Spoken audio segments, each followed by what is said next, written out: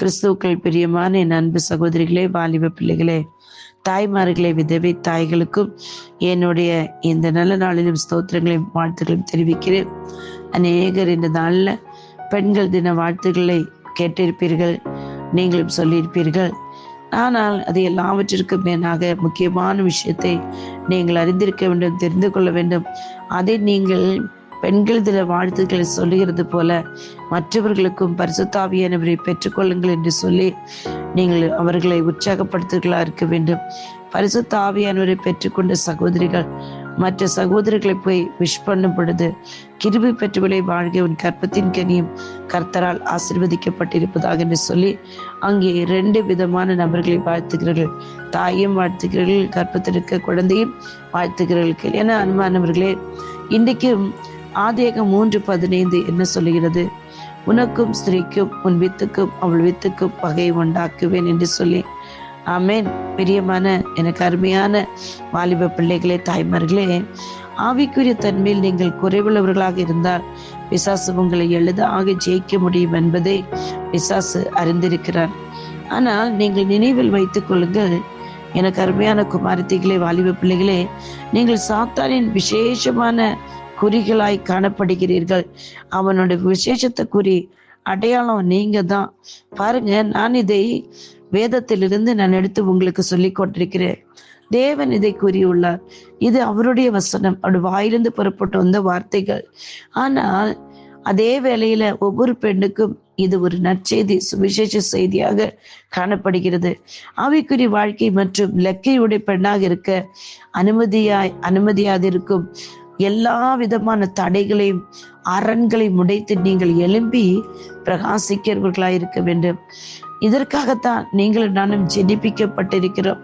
உனக்கும் ஸ்திரீக்கும் உன் வித்துக்கும் அவள் வித்துக்கும் பகையை உண்டாக்குவேன் என்று சொல்லி தேவன் சொல்லிக்கிறார். இங்கு பார்ப்பீர்கள் என்று சொன்னால், முதலில் மத்தேயு 1:18 பரிசுத்த ஆவியினால் தான் மரியாள் கர்ப்பவதியானாள். பரிசுத்தமாய் இருந்த அந்த மணவாட்டி கர்த்தருக்கு தேவனுக்கு பழைய ஏற்பாட்டுகள் சொல்லப்பட்ட நியாயப்பிரமாணங்கள்லாம் வாசித்து அதன்படி நடந்து கீழ்ப்படுதலாய் மரியாள் இருந்தபடினால் தான் பரிசுத்த ஆவியின் வல்லமையினால் அவர் கர்ப்பவதியானார். அந்த கர்ப்பத்தின் கனி பாருங்களேன், எவ்வளவு பரிசுத்தமாக்கப்பட்ட இயேசு கிறிஸ்துவாக பூமியில் முழுவதுமாக நன்மை செய்யும்படி சுற்றி திரிகிறார். அப்போஸ்தலர் 10:38 அதுதான் நமக்கு சொல்லுகிறது, நீ நன்மை செய்யும்படி சுற்றி திரிவாய் என்று சொல்லி. ஒரு ஆளை நான் பார்க்கிற விதம் தவறான விதமா இருக்கலாம், ஆனால் தேவன் பார்க்கிற விதம் அப்படி அல்ல. எனக்கு அருமையானவர்களை, இந்த நாட்களிலும் சாத்தானின் தலை நசுக்கப்பட வேண்டும் என்று சொன்னார். நீங்கள் ஸ்ட்ராங்காக எழும்ப வேண்டும். அதை தேவனே பண்ணி முடித்து விடுவார்.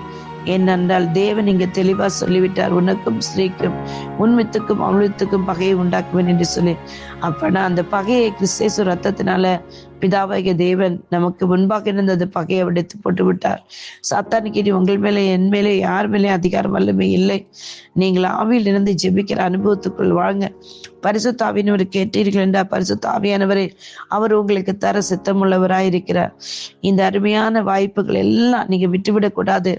அன்றைக்கு அப்போஸ்தலர்கள் 1, 2 வாசித்தீர்கள் என்றால் அங்கு கூடியிருந்த பெண்கள் அநேகர் இருந்தார்கள், அதில் மரியாளும் இருந்தார்கள் என்று வேதம் தெளிவாக சொல்லுது.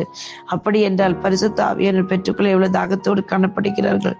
பரிசுத்த ஆவியானவர்கள் பெற்றுக்கொண்ட பிறகு, கிறிஸ்து வளர்ந்து வெளிநாய் பரலோகத்துக்கு சென்ற பிறகும் இன்றைக்கு வரைக்கும் தேவனாகிய கர்த்தர் ஒவ்வொருவரையும் நடத்துகிறது போல இந்த வசனத்தை கேட்கிற உங்களை நடத்துவார்.